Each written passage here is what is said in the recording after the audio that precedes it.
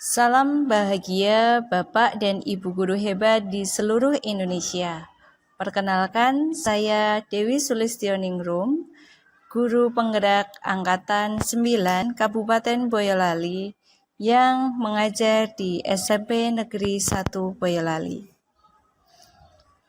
Hari ini saya akan mempresentasikan hasil diseminasi dan penerapan budaya positif di SMP Negeri 1 Boyolali setelah mempelajari modul 1.4 Budaya Positif modul Guru Penggerak Angkatan 9.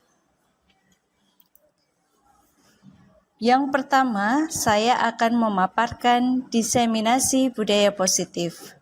Silahkan menyaksikan.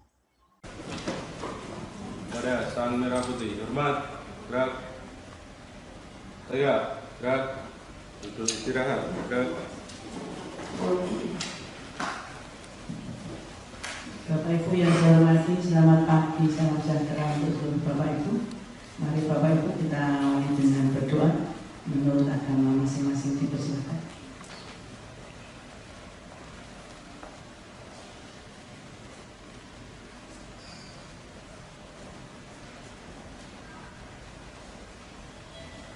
Cukup.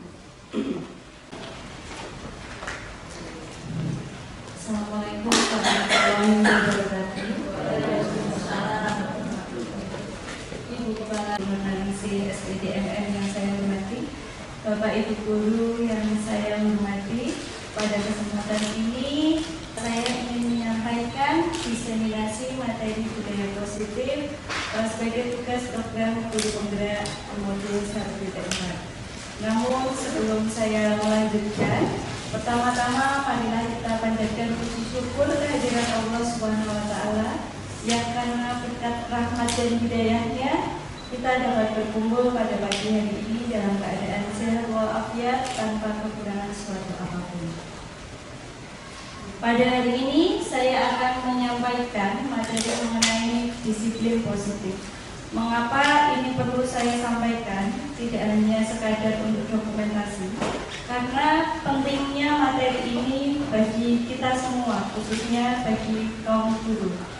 Hal ini dilatar belakangi karena banyaknya kasus yang terjadi akhir-akhir ini, penganiayaan yang dilakukan oleh murid kepada guru. Itu menjadi keprihatinan kita sebagai pendidik. Ada apa? Apa yang terjadi? Kenapa kasus-kasus itu bisa terjadi? Salah satunya adalah adanya miskonsepsi mengenai disiplin. Nah, di sini saya akan memaparkan hal-hal yang harus dipahami kita sebagai kaum pendidik atau sebagai guru. Yang pertama yaitu memahami motivasi perilaku manusia yang berhubungan dengan hukuman dan penghargaan. Kemudian posisi kontrol sebagai seorang guru, dan juga keyakinan kelas serta menerapkan segitiga restitusi dalam penyelesaian masalah. Nah, sebelum kita lebih lanjut, saya akan meluruskan mengenai makna kata disiplin terlebih dahulu. Disiplin berasal dari bahasa Latin yaitu disiplina yang artinya belajar. Disiplin ini membuat orang menggali potensinya menuju sebuah potensi untuk mengembangkan dirinya agar dia dihargai di lingkungan tempat dia berada.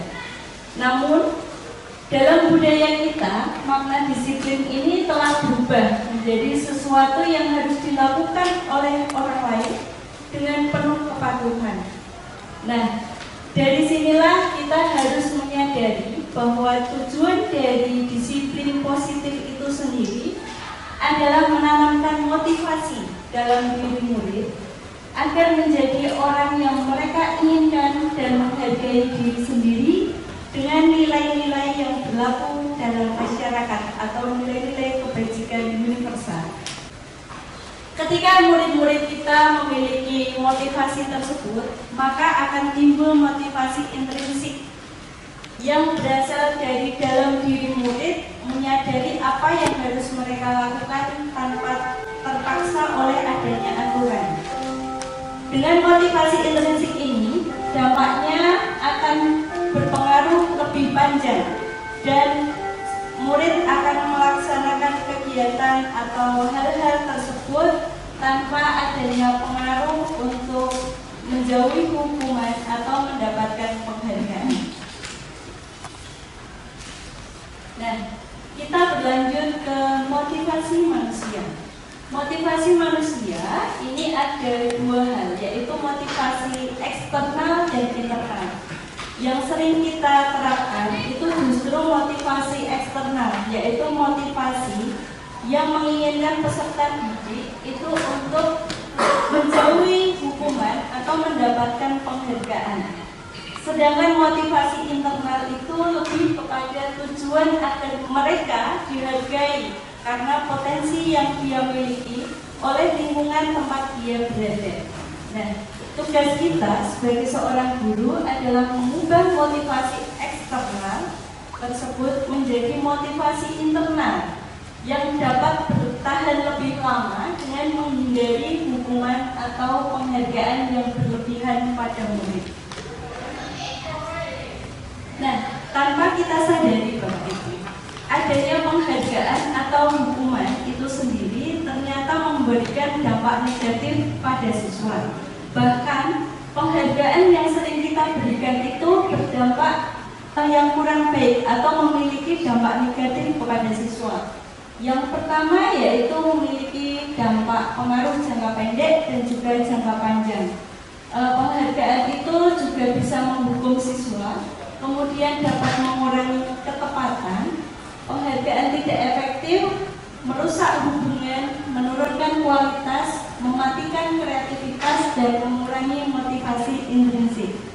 Bahkan untuk penghargaan Bapak Ibu itu bisa menimbulkan bullying. Jadi anak yang pintar, yang biasa kita berikan penghargaan di kelas, justru kalau itu tidak tepat kita gunakan, menimbulkan potensi untuk dia mendapatkan bullying dari lingkungan tempat dia berada.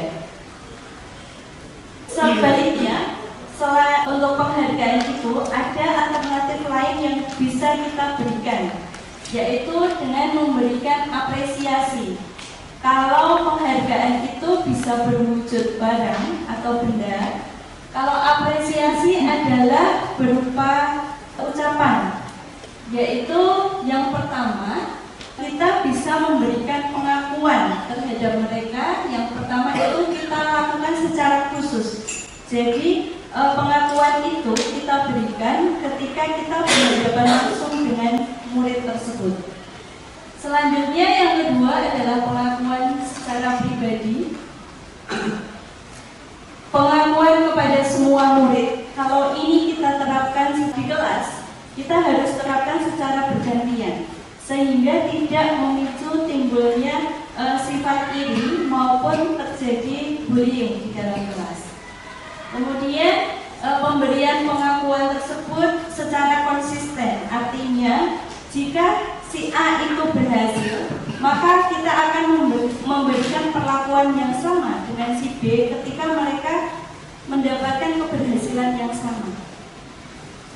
Dan yang terakhir adalah fokus pada proses. Jadi apresiasi di sini lebih ditekankan ketika proses pembelajaran. Nah, ini contoh dari pengakuan atau apresiasi. Misalnya dengan kalimat seperti ini.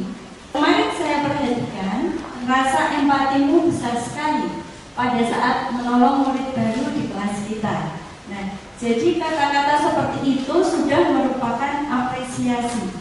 Kemudian ada juga misalnya terima kasih untuk tanggung jawabmu pada saat kamu memungut kertas-kertas yang berserakan di lantai. Nah, hal-hal sederhana seperti itu bisa kita berikan apresiasi, termasuk ketika anak-anak membersihkan kelas, membersihkan taman, dan sebagainya. Kemudian yang kedua adalah hukuman. Hukuman ini sering kali disamakan dengan konsekuensi. Padahal dua hal ini merupakan hal yang berbeda Bapak Ibu. Kalau istilahnya guru saat ini itu tidak boleh memberikan hukuman. tapi menyadarkan kepada anak konsekuensi yang harus mereka hadapi ketika mereka melakukan kesalahan. Jadi tugas kita sebagai guru adalah menyadarkan pada diri anak mengenai kesalahan yang telah mereka perbuat. Nah, perbedaan hukuman dan konsekuensi ini terlihat pada beberapa hal tersebut. Yang pertama yaitu hukuman itu bersifat sesuatu yang menyakitkan dan harus terjadi. Kalau konsekuensi itu sesuatu yang harus terjadi. Nah, maraknya kasus-kasus penganiayaan terhadap guru ini salah satu bentuk dari akibat dari pemberian hukuman. Jadi pemberian hukuman yang menyakitkan, baik itu tindakan maupun ucapan, itu akan menimbulkan perasaan dendam pada diri murid.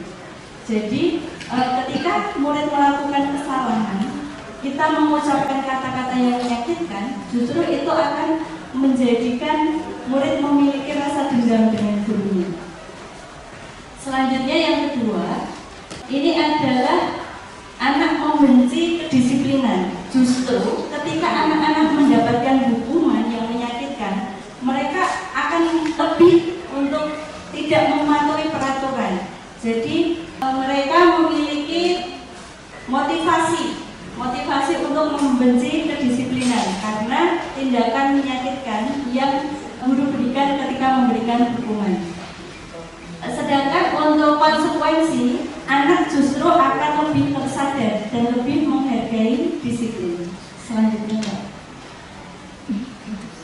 nah, disinilah kita sebagai guru menerapkan posisi kontrol.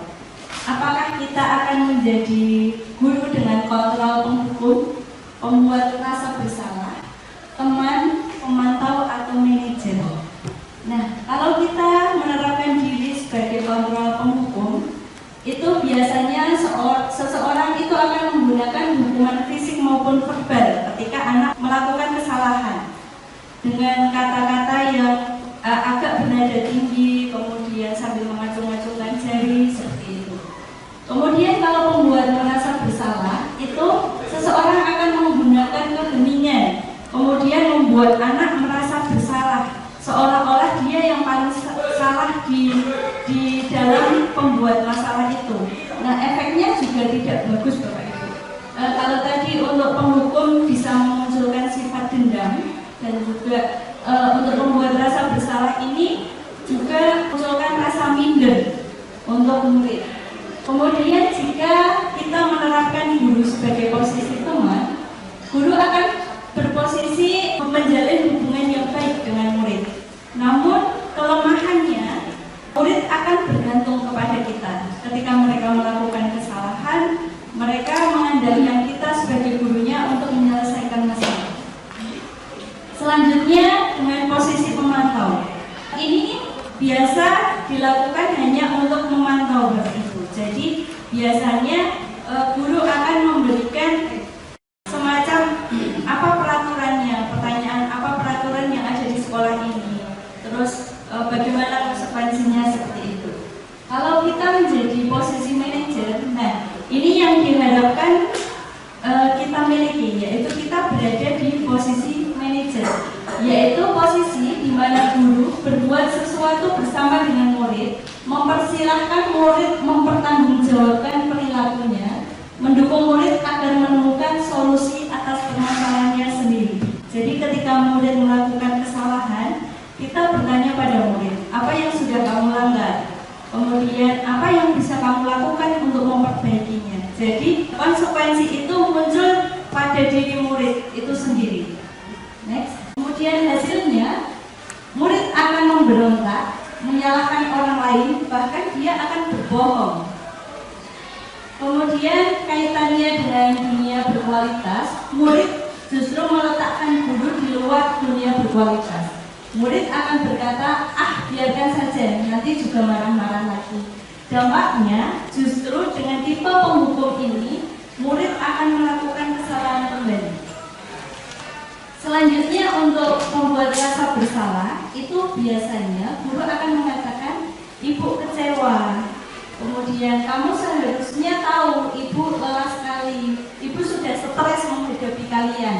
Nah, hasilnya justru murid akan menyangkal atau berbohong. Kemudian murid akan meletakkan guru di dalam dunia berkualitas. Kemudian murid efeknya akan mengatakan, "Bu, maafkan saya." Namun dengan adanya kontrol orang merasa membuat bersalah ini justru membuat murid merasa rendah diri atau minder. Selanjutnya ketika kita menerapkan sebagai teman, guru akan membuat alasan-alasan untuk muridnya, berdialog seperti ibaratnya murid adalah teman guru. Nah, biasanya guru akan mengatakan, "Ayolah lakukan demi ibu," atau "Masa kamu tidak tahu? Ingat tidak, ibu pernah ibu bantu," seperti itu. Kemudian hasilnya justru murid akan ketergantungan dengan kita. Kemudian murid akan berkata, "Saya pikir Bapak Ibu, teman saya ternyata begitu." Nah, dampaknya mereka tidak akan mandiri dan selalu tergantung dengan guru yang selalu menolongnya. Jika sebagai pemantau, guru akan berbuat untuk menghitung atau mengemukakan data-data atau peraturan. Guru akan berkata apa peraturannya. Kemudian hasilnya, murid akan menyesuaikan diri hanya jika diawasi oleh guru tersebut.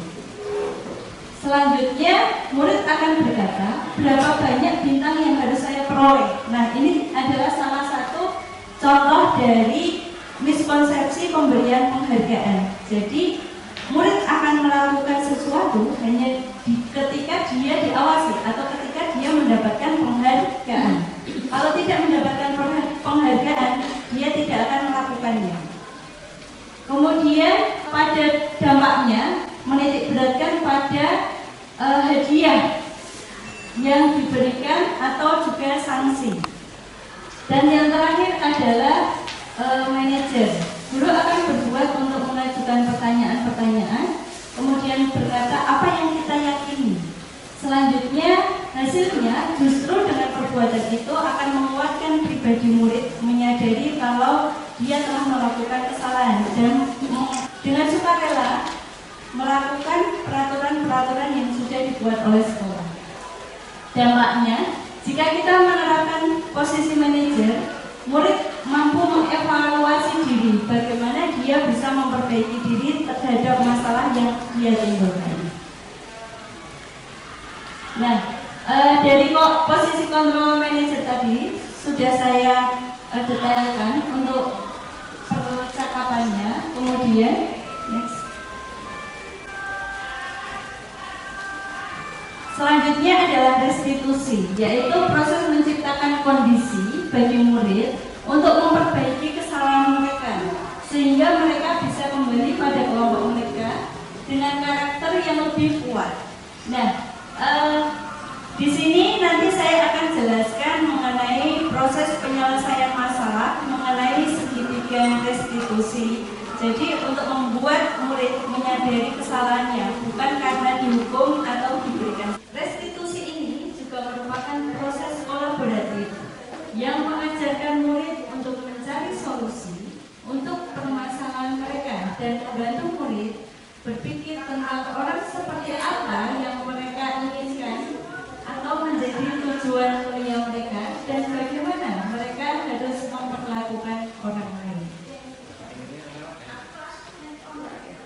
Dan dari restitusi yang kita buat itu ada langkah-langkahnya. Yang pertama yaitu menstabilkan identitas, kemudian validasi tindakan yang salah, serta menanyakan keyakinan. Menstabilkan identitas bisa dimulai dengan percakapan, dengan mengucapkan kata tidak ada manusia yang sempurna di dunia ini, semua pasti pernah melakukan kesalahan. Selanjutnya bisa juga dikatakan dengan Bapak Ibu tidak tertarik mencari siapa yang salah, tapi Bapak Ibu ingin mencari solusi dari permasalahan ini. Selanjutnya untuk validasi tindakan yang salah, itu guru dapat mengatakan apa alasan kamu melakukan hal ini. Kamu tentu memiliki alasan bukan? Selanjutnya yaitu pada menanya bisa mengatakan apa nilai-nilai kebajikan yang telah kita sepakati.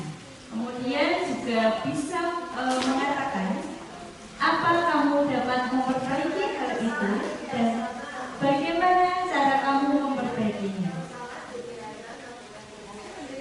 Untuk menerapkan disiplin positif, kita dapat membuat keyakinan kelas, yaitu di sini peran guru adalah untuk mewujudkan keyakinan kelas yang disepakati antara murid dan guru. Seseorang akan lebih tergerak dan bersemangat untuk menjalankan keyakinannya daripada hanya sekadar mengikuti serangkaian peraturan tertulis tanpa makna. Kemudian murid juga perlu mendengarkan dan memahami arti sesungguhnya tentang peraturan-peraturan yang diberikan, apa nilai-nilai kebajikan di balik peraturan tersebut, apa tujuan utamanya, dan menjadi tidak tertarik atau takut sehingga hanya sekedar mengikuti serangkaian peraturan-peraturan yang mengatur mereka tanpa memahami tujuan mulianya. Nah, Bapak Ibu yang saya hormati, pada segitiga restitusi ini saya pernah menerapkannya di kelas. Hasilnya cukup positif. Pada waktu itu ketika saya menjadi wali kelas, ada laporan dari guru mapel yang mengatakan ada anak yang makan ketika pembelajaran. Nah, saya melakukan langkah-langkah segitiga restitusi. Yang pertama yaitu menstabilkan identitas terlebih dahulu, kemudian memberikan validasi tindakan yang salah, serta menanyakan keyakinan. Hasilnya timbul kesadaran pada diri murid untuk tidak mengulangi perbuatannya lagi. Selanjutnya konsekuensinya dia akan meminta maaf kepada guru yang bersangkutan. Nah, Bapak Ibu, untuk lebih jelas mengenai penyelesaian masalah dengan segitiga restitusi, di sini saya akan menyampaikan contoh cara menyelesaikan masalah dengan segitiga restitusi. Selamat menikmati.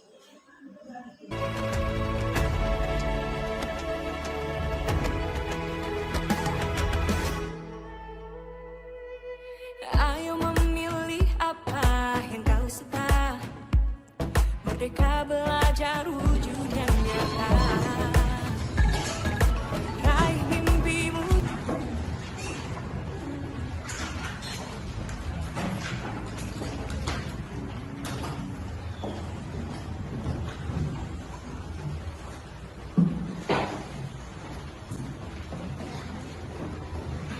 Assalamualaikum warahmatullahi wabarakatuh.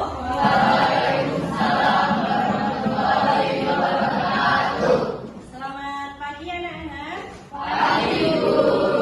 Ya, sesuai kesepakatan kita pada pertemuan yang lalu, hari ini kita akan ada ulangan. Bu Dewi sudah menyiapkan soal ulangannya. Silakan kalian masukkan semua catatan yang ada di meja kalian. Kalian masukkan ke dalam laci. Yang di atas meja hanya alat tulisnya saja. Sudah? Sudah siap? Ya. Silakan kalian keluarkan selembar kertas di atas meja. Ini Bu Dewi bagikan soal ulangannya ya. Ya Bu.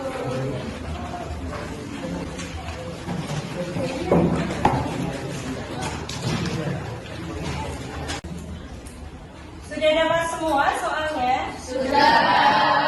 Ya, sekarang silakan kerjakan dengan baik, kerja sendiri sesuai kemampuan kalian masing-masing.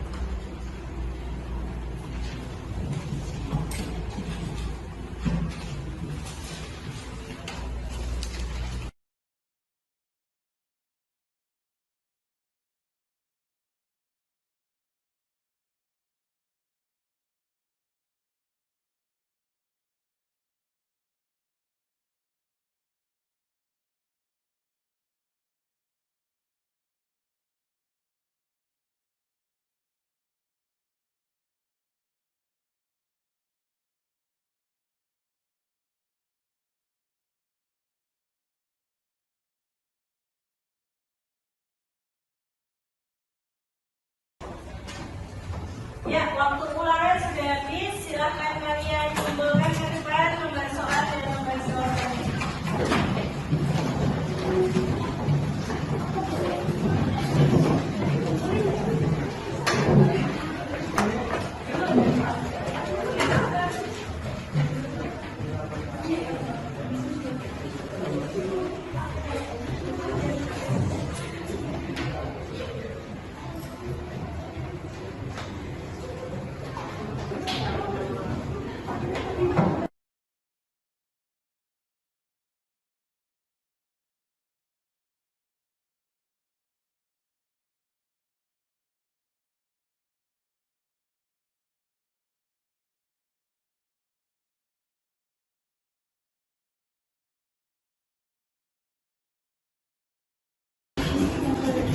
Nanti habis ini kamu menemui Bu Dewi di rumah.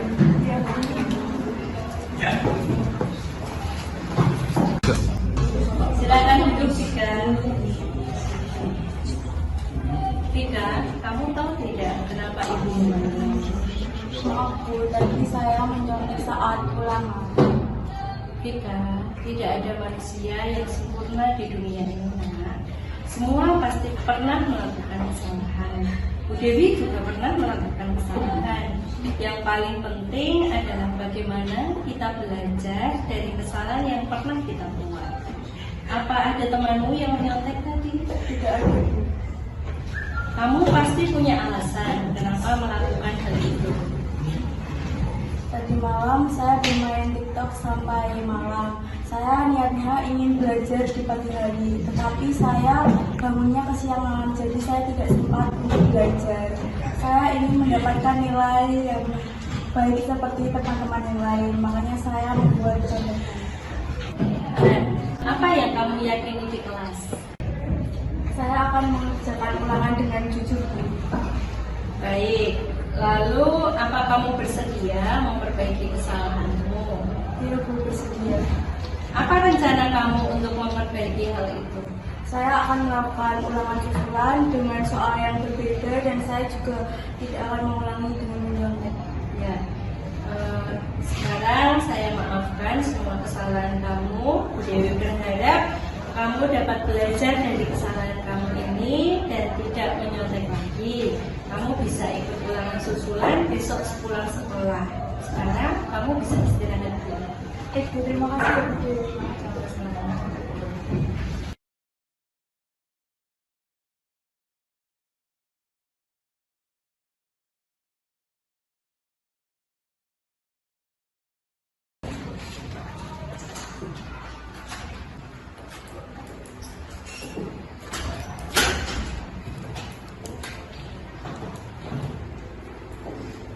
Assalamualaikum warahmatullahi wabarakatuh.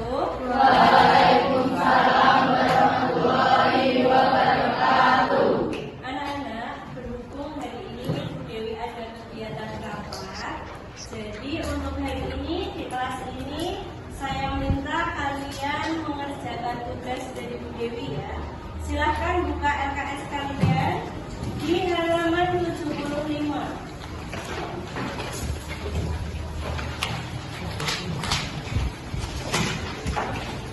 Sudah ketemu semua? Di situ ada kata-kata yang sulit. Nah, nanti silakan kalian cari arti kata sulit itu menggunakan KBBI online. Jadi kalian boleh mempergunakan HP untuk mengerjakan. Mengerti? Ya, silakan kalian kerjakan dengan penuh tanggung jawab. Nanti Bu Dewi akan kembali lagi ke sini. Bu Dewi mau rapat, gitu ya? Ya, Bu. Silakan kalian kerjakan ya. Ya.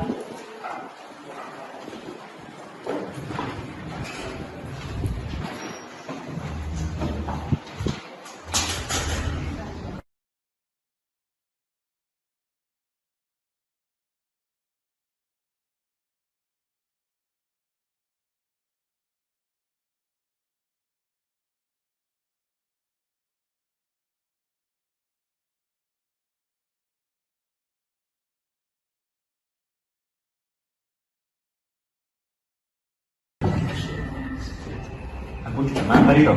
Ini dalam game tenan deh. Ya ora apa-apa. Enggak, aku pernah bahaya di sini. Dewi. Ora apa-apa kan Dewi cek rapat terus awak Dewi jauh kosan. Sekarang pengen mau kalau kerja ini game ini mau mahal, kalau kerja di sini tidak mobil lah cukup mau dulu. Bahaya benar. Ya wis lah, tak login Dewi. Yo wis. Ini harus join. Iya.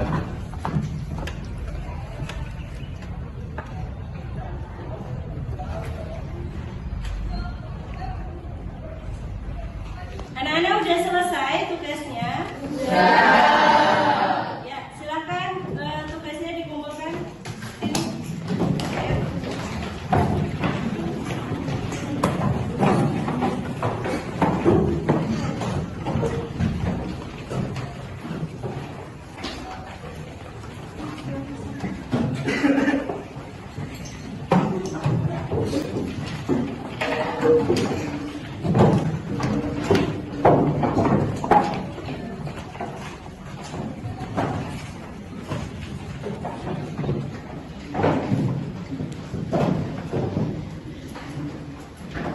Loh, kok masih ada yang kurang satu? Ada yang belum mengumpulkan? Saya pun. Ya, Galek, habis ini kamu ke ruangannya Dewi ya.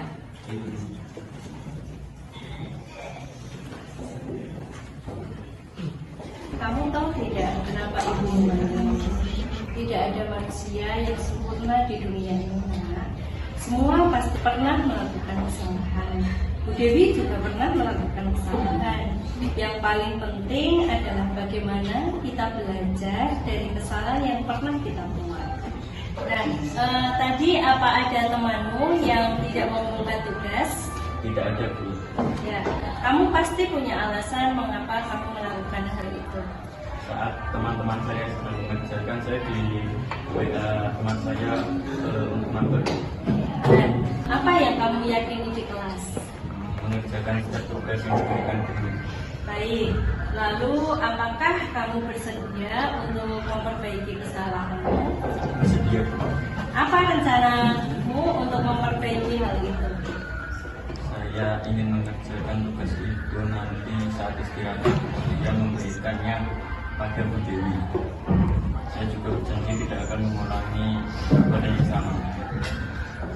Baik, Bu Dewi maafkan. Bu Dewi harap kamu dapat belajar dari kesalahan yang pernah kamu buat ini dengan tidak bermain game saat pelajaran. Kamu bisa mengumpulkan tugasmu tadi setelah istirahat. Sekarang kamu bisa kembali ke kelas. Terima kasih, Bu Dewi.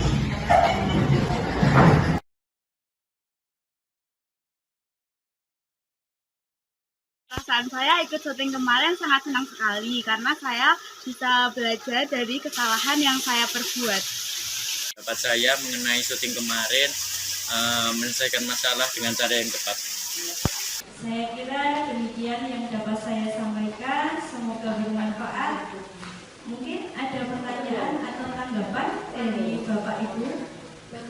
Bu Dewi yang saya hormati, saya mau menanyakan tentang yang disampaikan Bu Dewi tadi mengenai contoh hukuman positif dan bagaimana penanganannya jika siswa belum mau menerima hukuman yang diberikan. Terima kasih. Ya, pertanyaan yang bagus. Terima kasih Pak Ferdi. Izinkan Bapak Ibu saya menjawab pertanyaan dari Pak Ferdi. Nah, benar Bapak Ibu, ternyata bahkan hukuman yang bersifat positif itu juga memberikan dampak yang kurang baik pada siswa. Saya contohkan seperti ini. Di sebuah SD itu biasa menerapkan hukuman positif. Misalnya anak melakukan kesalahan, dia akan diberikan hukuman untuk menghafal ayat suci atau membaca ayat suci.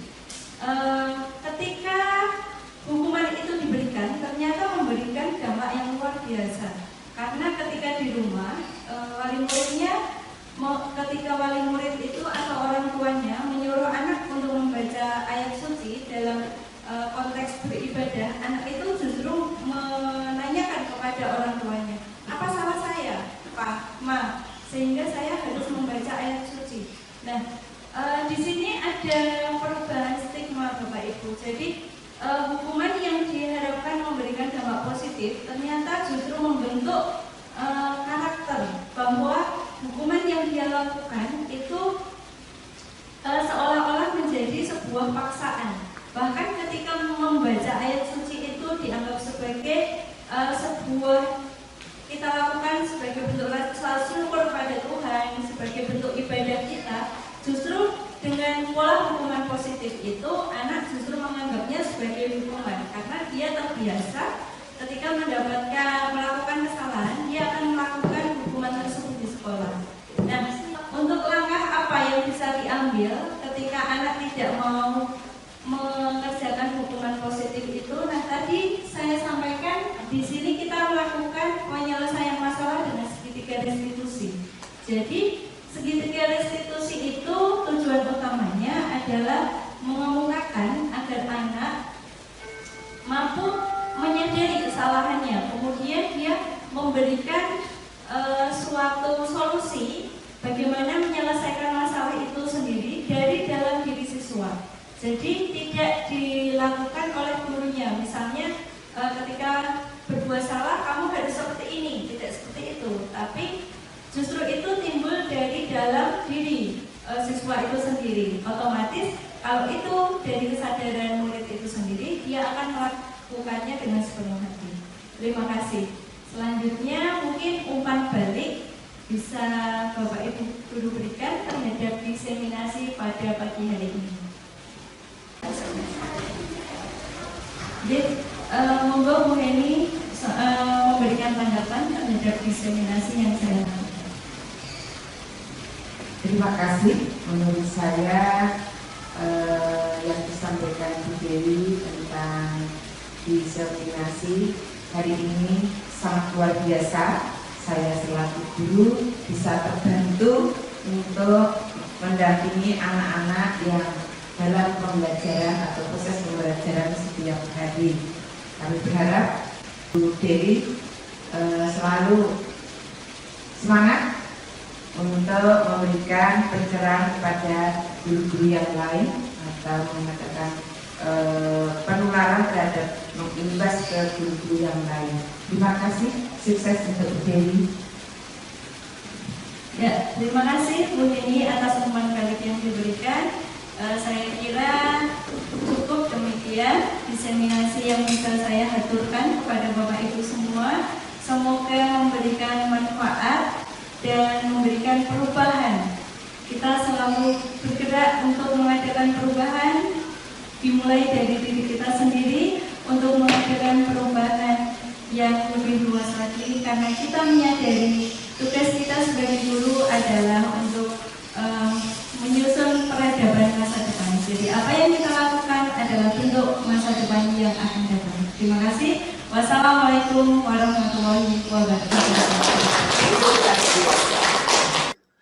Setelah mempelajari modul 1.4, saya mencoba menerapkan budaya positif di lingkungan SMP Negeri 1 Boyolali. Yang pertama, saya menerapkan budaya positif dengan membuat keyakinan kelas. Hal ini dimulai dari diskusi penyusunan keyakinan kelas, kemudian dilanjutkan dengan menyampaikan usulan keyakinan kelas, kemudian dilanjutkan dengan menyepakati keyakinan kelas yang akan digunakan, menyusun keyakinan kelas, dan menempel hasil keyakinan kelas di kelas masing-masing.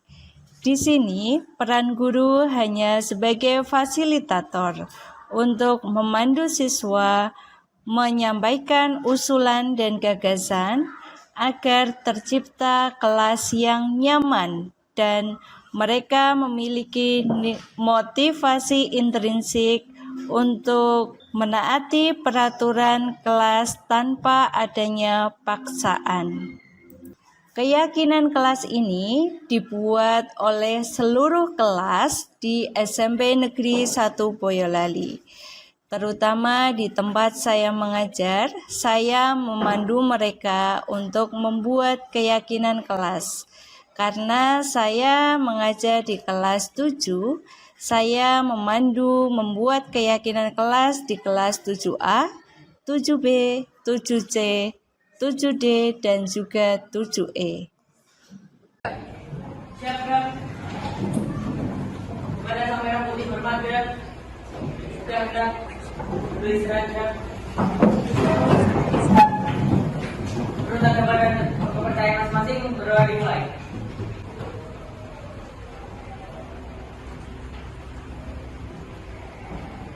Berdoa cukup. Budaya positif yang kedua yang diterapkan di sekolah ini adalah hormat bendera dan berdoa sebelum pembelajaran. Hormat bendera sebelum pembelajaran jam pertama bertujuan untuk meningkatkan rasa nasionalisme pada diri murid. Sedangkan kegiatan berdoa sebelum pembelajaran bertujuan untuk menanamkan karakter untuk selalu berdoa sebelum memulai aktivitas dan ucapan untuk selalu bersyukur atas nikmat Tuhan Yang Maha Esa. Budaya positif berikutnya yang kami terapkan adalah budaya untuk selalu melakukan literasi dan numerasi melalui pembiasaan yang dilakukan setiap hari Selasa, Rabu, dan Kamis. Tujuan dari kegiatan ini adalah untuk meningkatkan kemampuan literasi dan numerasi murid SMP Negeri 1 Boyolali. Dengan mengadakan kegiatan ini diharapkan selain meningkatkan kemampuan anak, juga mampu meningkatkan hasil rapor pendidikan SMP Negeri 1 Boyolali. Adapun bentuk kegiatan dalam literasi dan numerasi terdiri atas 3 hal. Yang pertama, murid membaca buku sesuai minatnya masing-masing, kemudian menuliskan ringkasannya di jurnal literasi. Aktivitas yang kedua yaitu mendengarkan cerita untuk diceritakan kembali. Dan aktivitas yang ketiga yaitu berlatih soal numerasi. Budaya positif mendukung perwujudan visi. Salah satu visi SMP Negeri 1 Boyolali adalah mencintai lingkungan. Maka pada kesempatan ini saya menerapkan budaya positif Lisa, lihat sampah ambil, dan aksi 5 menit pungut sampah. Sebagai sekolah adiwiyata, SMP Negeri 1 Boyolali menerapkan budaya Lisa, lihat sampah ambil, untuk menjaga lingkungan tetap bersih. Aksi 5 menit pungut sampah dilakukan setelah kegiatan literasi dan setelah istirahat dengan area di sekitar kelas masing-masing untuk menjaga lingkungan kelas tetap bersih dan nyaman. Budaya positif berikutnya adalah Libra dan Ratih.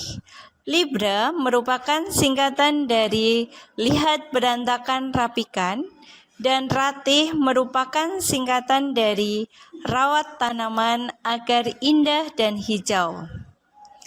Libra atau lihat berantakan rapikan merupakan budaya positif yang bertujuan untuk menanamkan karakter peduli lingkungan serta menjaga kerapian, baik dari dalam diri sendiri maupun lingkungan sekitar.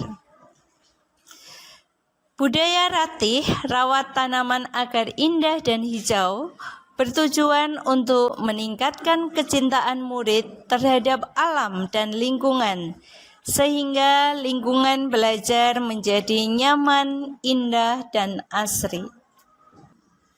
Selanjutnya adalah sarapan menggunakan wadah guna ulang.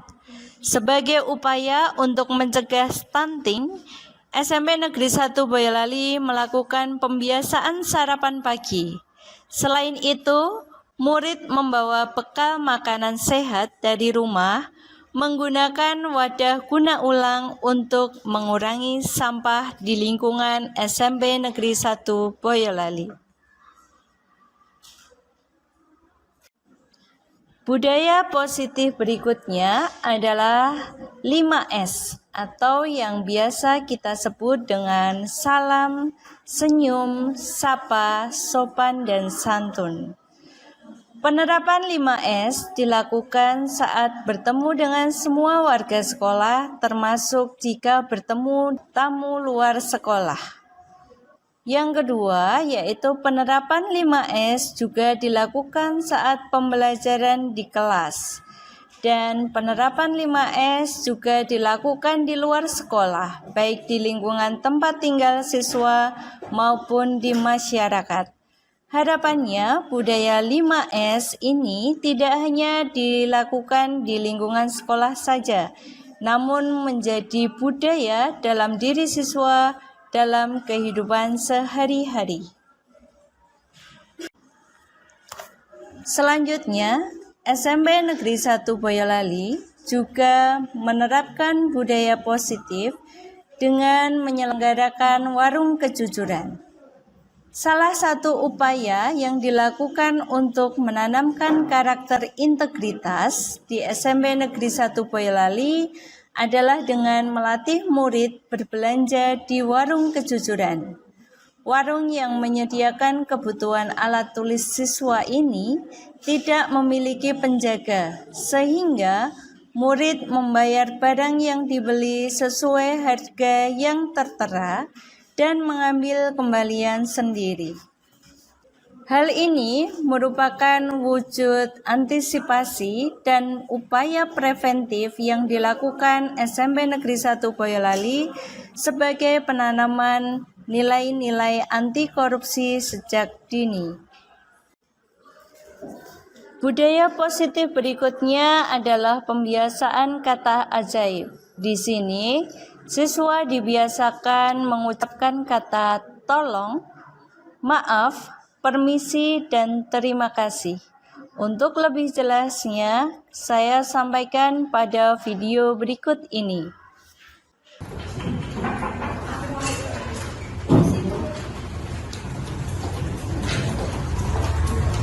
Maaf Bu, terlambat, saya habis ke perpustakaan. Ini sih boleh saya kamar mandi dulu. Ya, silakan. Ucapkan terima kasih.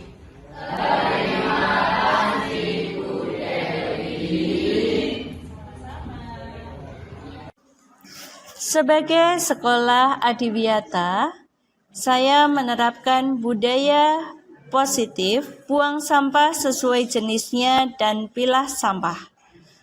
Murid membuang sampah ke tempat sampah sesuai dengan jenisnya untuk kemudian dipilah oleh petugas adiwiyata yang terdiri atas guru, karyawan, dan perwakilan murid dari masing-masing kelas.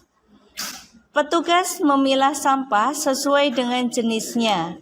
Sampah organik dibuat untuk kompos, sedangkan tusuk lidi yang biasa digunakan di kantin sebagai tempat makanan digunakan sebagai bahan kerajinan. Penerapan budaya positif yang ada di SMP Negeri 1 Boyolali merupakan upaya untuk mewujudkan visi SMP Negeri 1 Boyolali. Oleh karena itu, budaya positif ini merupakan hasil kolaborasi antara murid, guru karyawan, wali murid, dan berbagai pemangku kepentingan.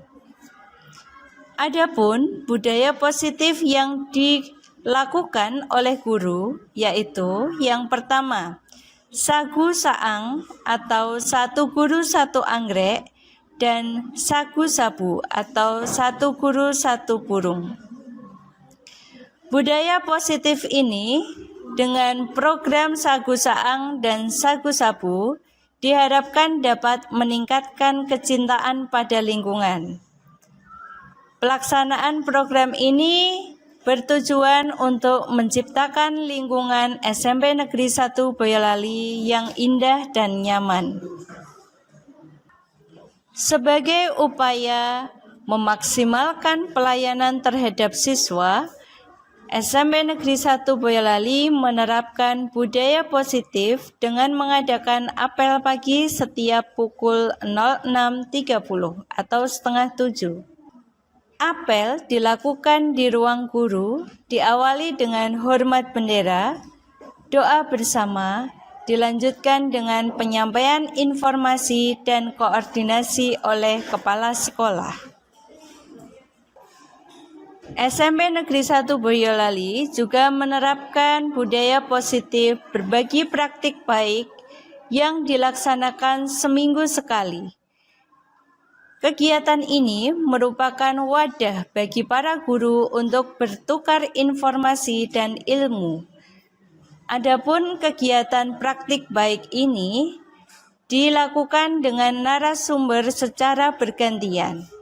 Biasanya mereka akan berbagi ilmu tentang metode pembelajaran yang menarik, media pembelajaran kekinian, dan membuat perangkat pembelajaran yang sesuai dengan visi sekolah. Budaya positif yang berikutnya adalah kolaborasi dengan aset sekolah. Kolaborasi ini terdiri atas kolaborasi yang dilakukan dengan rekan sejawat dalam kegiatan berbagi praktik baik, melibatkan berbagai pemangku kepentingan untuk kegiatan ekstrakurikuler dan P5 seperti Kejaksaan, Inspektorat, DPRD, Disdikbud, DLH, Pengadilan, BP3D, Polres, Disporapar, dan media massa sebagai upaya menyampaikan praktik baik yang telah dilakukan oleh guru. Pelaksanaan budaya positif ternyata mendapatkan tanggapan yang luar biasa, baik dari murid maupun dari wali murid. Untuk umpan balik yang dilakukan oleh murid, silahkan simak video berikut ini. Anak-anak, setelah kita kemarin belajar untuk membuat keyakinan kelas, Bu Dewi ingin tahu bagaimana tanggapan kalian mengenai keyakinan kelas. Ya, silakan. Menurut saya, keyakinan kelas menjadi kelas nyaman, serta kita dapat melakukannya tanpa terpaksa. Ya, luar biasa. Tepuk tangan. Menurut saya, kegiatan hormat bendera setiap pagi dapat meningkatkan rasa nasionalisme. Menurut saya, berdoa setiap pagi meningkatkan rasa syukur kita terhadap Tuhan. Menurut saya, kegiatan Lisa, Libre, Latih, dan 5 menit memungut sampah dapat meningkatkan kecintaan kita terhadap lingkungan dan membuat lingkungan sekolah kita menjadi asri. Assalamualaikum warahmatullahi wabarakatuh. Nama saya Sulistiani, saya dari SMP Negeri 1 Boyolali. Di sini saya sebagai rekan sejawat dari calon guru penggerak Ibu Dewi Sulistioningrum. Mengenai aksi nyata yang dilaksanakan Bu Dewi dalam penerapan budaya positif di sekolah, menurut saya itu sudah sangat bagus sekali. Dari apa yang dilakukan itu sudah menunjukkan adanya prakarsa perubahan. Nah, dalam hal ini adalah bagaimana mewujudkan visi dan misi dari sekolah yang bisa membawa perubahan-perubahan di dalam pencapaian murid yang nantinya akan menjadi lulusan yang dalam hal ini adalah berkarakter, kemudian berwawasan global dan tentu saja sesuai profil pelajar Pancasila. Jadi menurut pendapat saya, hal-hal yang sudah dilaksanakan Ibu Dewi sudah sangat bagus sekali, sudah mengimplementasikan dari rangkaian aksi nyata 1.3 dan berkelanjutan dengan aksi nyata 1.4, dan semua ini sudah menunjukkan adanya perkembangan yang sangat luar biasa dan berdampak pada murid, kemudian untuk perbaikan kedepannya menurut saya bagaimana kita semua bisa berkolaborasi di dalam mewujudkan prakarsa perubahan di dalam sekolah yang tentu saja akan membawa anak-anak dalam kebahagiaan yang setinggi-tingginya. Terima kasih. Assalamualaikum warahmatullahi wabarakatuh. Assalamualaikum warahmatullahi wabarakatuh. Pada kesempatan ini saya akan mengadakan sebuah refleksi tentang apa yang sudah saya pelajari pada modul 1.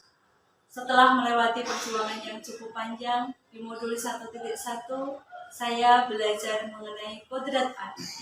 Bagaimana kita menuntun anak untuk berkembang sesuai dengan potensinya masing-masing. Saya percaya setiap anak terlahir dengan keunikannya masing-masing. Sehingga tugas kita sebagai guru hanya mengantarkan mereka mengembangkan potensi mereka secara optimal sehingga mereka mampu untuk mencapai keselamatan dan kebahagiaan. Di modul 1.2 saya belajar mengenai peran dan nilai guru penggerak. Di aksi nyata 1.4 inilah saya merasakan benar-benar melakukan peran dan nilai dari guru penggerak itu sendiri. Nah, di modul 1.3 saya belajar mengenai prakarsa perubahan untuk visi sekolah. Dari prakarsa perubahan inilah saya merancang kegiatan di modul 1.4 yaitu mengenai disiplin positif. Program disiplin positif ini saya terapkan di lingkungan SMP Negeri 1 Boyolali. Salah satunya adalah dengan membuat keyakinan kelas. Dari keyakinan kelas yang sudah saya fasilitasi, saya mengajak anak-anak untuk menyuarakan aspirasi mereka untuk membentuk sebuah lingkungan belajar yang mereka inginkan. Nah, dari masing-masing pendapat itulah dicapai sebuah kesepakatan, dirangkum dan disepakati bersama menjadi sebuah peraturan yang telah disepakati. Sehingga mereka mampu menjalankan peraturan dengan motivasi intrinsik tanpa ada paksaan. Di modul 1.4 ini saya merasakan menjadi seseorang guru penggerak yang memenuhi nilai, salah satunya adalah nilai kolaborasi. Saya merasakan dalam membuat aksi nyata ini nilai kolaborasi sangat diperlukan. Selain berkolaborasi dengan murid, pemangku kepentingan, rekan sejawat memberikan peran yang sangat penting bagi terlaksananya kegiatan budaya positif ini. Saya merasa sangat senang karena yang pada awalnya saya merasa terpaksa untuk belajar. Namun semakin lama saya menyadari bahwa ilmu yang diperoleh di guru penggerak merupakan ilmu yang tidak akan dapat saya dapatkan di tempat yang lain. Di sini saya mengilhami segala pemikiran dari Ki Hajar Dewantoro untuk diterapkan di sekolah saya mengajar. Bapak Ibu guru hebat yang ada di seluruh Indonesia. Nah, di modul inilah saya merasa tertantang karena saya harus membentuk anak-anak menjadi mendapatkan karakter yang lebih baik, menyiapkan mereka menjadi generasi pemimpin masa depan, generasi yang siap akan tantangan, yang siap akan perubahan. Dari perubahan kecil inilah saya berharap akan memberikan perubahan dan memberikan dampak yang dalam lingkup yang lebih besar lagi, terutama pada lingkungan belajar siswa dan lingkungan tempat tinggal siswa. Bapak Ibu guru hebat yang ada di Indonesia. Nah, penerapan budaya positif ini merupakan penerapan dari budaya yang terus konsisten dan berkelanjutan.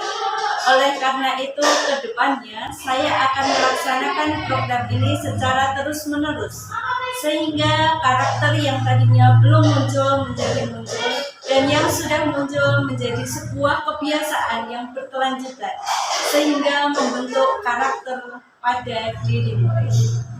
Bapak Ibu guru hebat yang ada di Indonesia, bukan hal yang mudah ketika kita membentuk perilaku anak. Namun tidak ada yang tak mungkin di dunia ini. Bahkan tetesan air hujan pun mampu meluluhkan bebatuan keras sekalipun. Maka dengan tekad itulah saya ingin mengadakan perubahan dalam lingkup kecil untuk mengadakan perubahan yang lebih besar dalam rangka menyiapkan karakter murid yang mampu mengembangkan potensinya dan siap menghadapi tantangan di masa depan. Karena kita sebagai guru sejatinya adalah orang yang menciptakan masa depan. Karena apa yang kita lakukan hari ini merupakan wujud dari peradaban di masa yang akan datang. Bapak Ibu guru hebat yang ada di Indonesia, dari sini saya belajar untuk terus memperbaiki diri, meningkatkan kompetensi diri, kemudian dengan penuh tekad, penuh semangat untuk menjalankan apa yang sudah saya pelajari, mengimplementasikannya di sekolah, sehingga saya dapat mewujudkan visi sekolah secara optimal. Demikian yang dapat saya sampaikan. Wassalamualaikum warahmatullahi wabarakatuh.